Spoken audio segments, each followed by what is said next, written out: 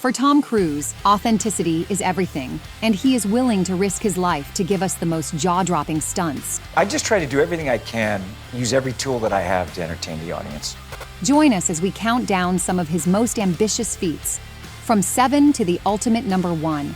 Learn how they were filmed and the immense personal toll on Cruise to execute them. Always wear my earplugs so I don't hear myself scream. Let's go. Number 7. Underwater Heist.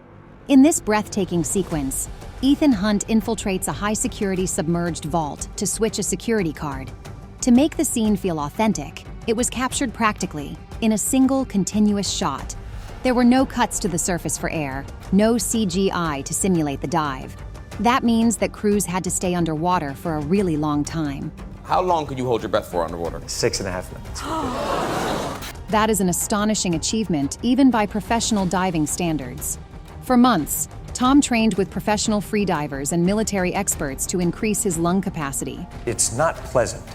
He had to carefully control his movements, remaining relaxed and avoiding panic.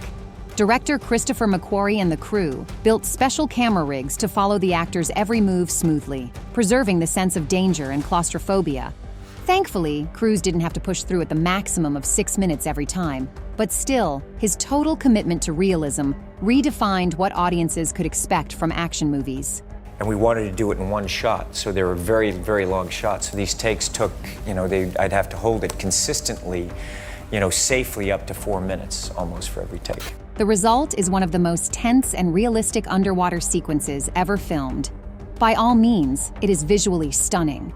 And knowing that Cruise really did it, without breathing, gives the scene an extra jolt of intensity. Before we go on, please hit the subscribe button to stay with OSSA, and we are back to our rating. Number 6. The Halo Jump. The sequence was so extreme that it posed multiple challenges for the production team. Actually, they didn't know whether they would be able to do it until the first try. We were told on numerous occasions that it's impossible, but what we're thinking, and it's never going to happen. The Halo stands for High Altitude, Low Opening. Cruise jumped from 25,000 feet, which is a military-grade skydive that few civilians ever attempt. So the action star trained for a year with military specialists. Also, a custom helmet was designed for him that looked period accurate, but could provide oxygen at high altitude. And, what's equally important, it was transparent enough to see Tom's face. For the actor, that was the whole point, as he wants the audience to know he's really doing this risky stunt.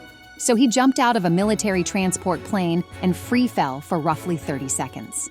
Then, he pulled his chute just 2,000 feet from the ground, which maximized the fall and minimized the parachute glide. That's what makes it a low opening jump. Also, the sequence takes place at night as the sun has set. So essentially we realized we have a 3-minute window. Filming this impressive scene took approximately 3 months, and Cruise had to do more than 100 jumps to get just 3 usable takes. He had to fall at a precise angle, hit his mark within a very narrow window, and time his chute perfectly. The margin for error was razor thin.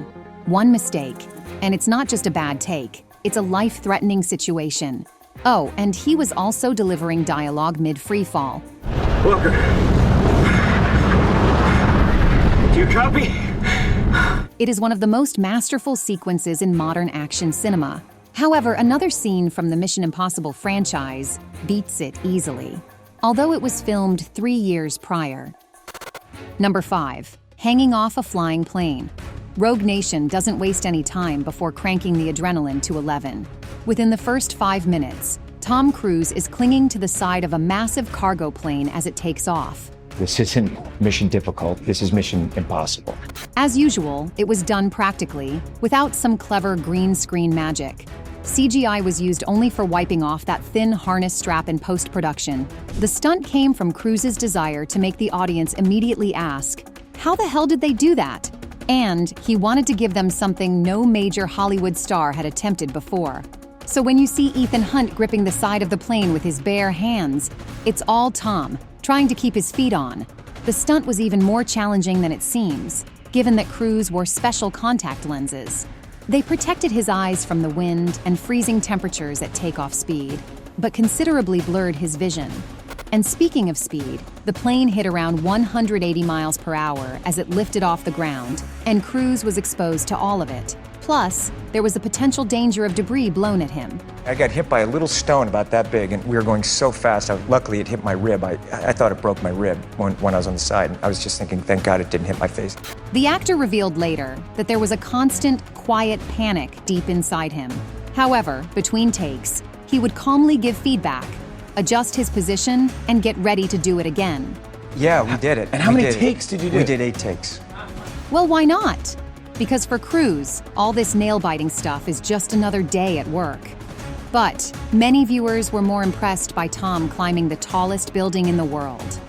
Number 4, scaling the Burj Khalifa. When Cruise said he wanted to run on the outside of the Burj Khalifa, even his longtime stunt coordinator hesitated. It's the kind of stunt that makes most people's hands sweat just watching it.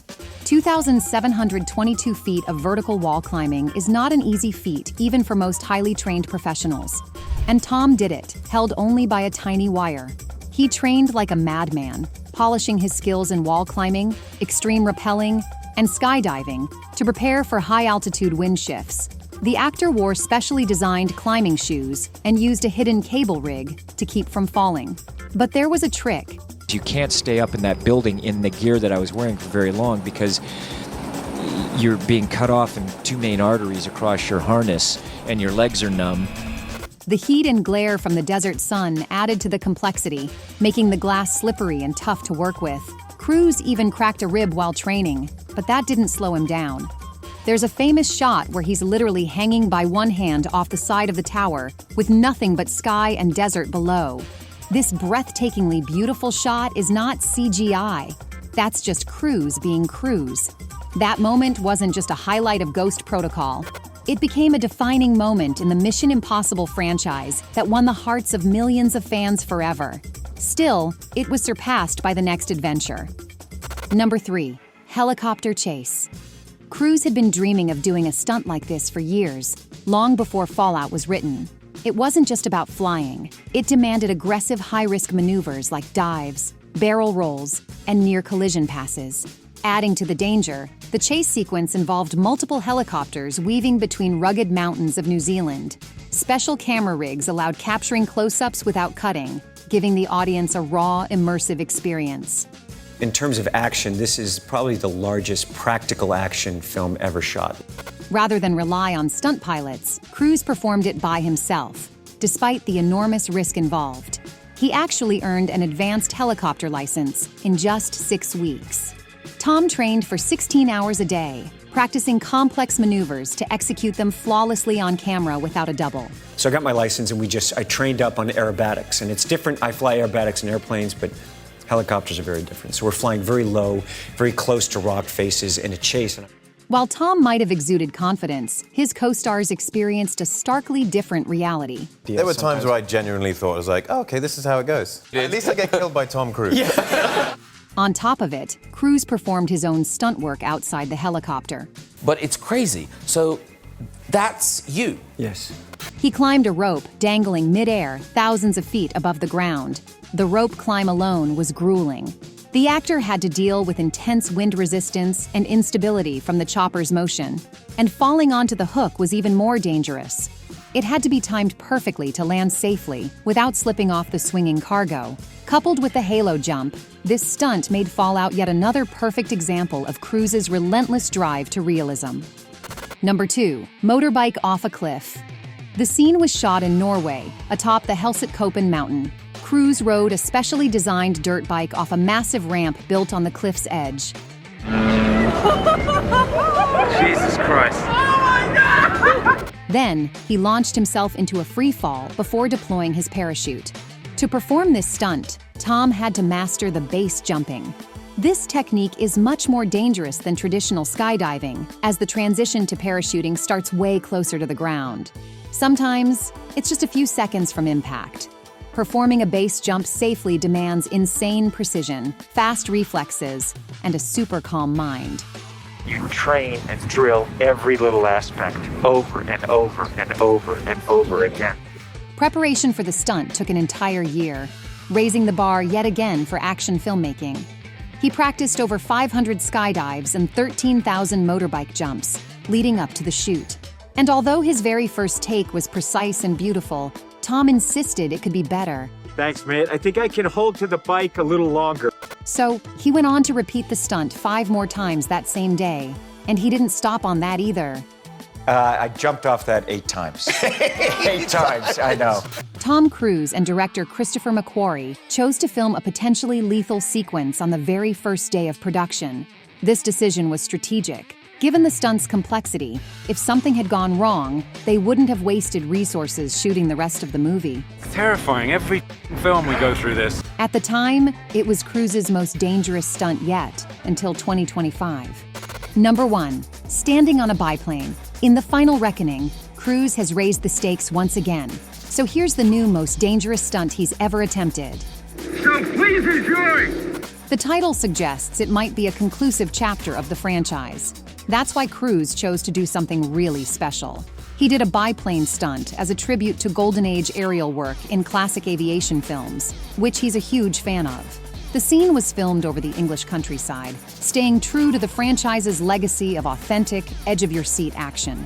It's yet another reminder that when it comes to pushing the limits, Tom Cruise is in a league of his own. You can't imagine how physically punishing it was for Tom to be on the wing. The wind distorts your vision.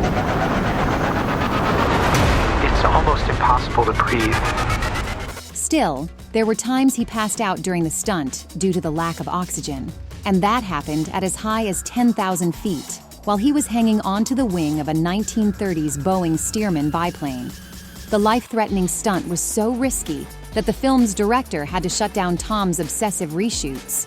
But it proved once again that Cruise isn't just trying to act like an action hero. He is actually able to do the impossible. So, do you agree with our picks for this rating? Share your thoughts in the comments.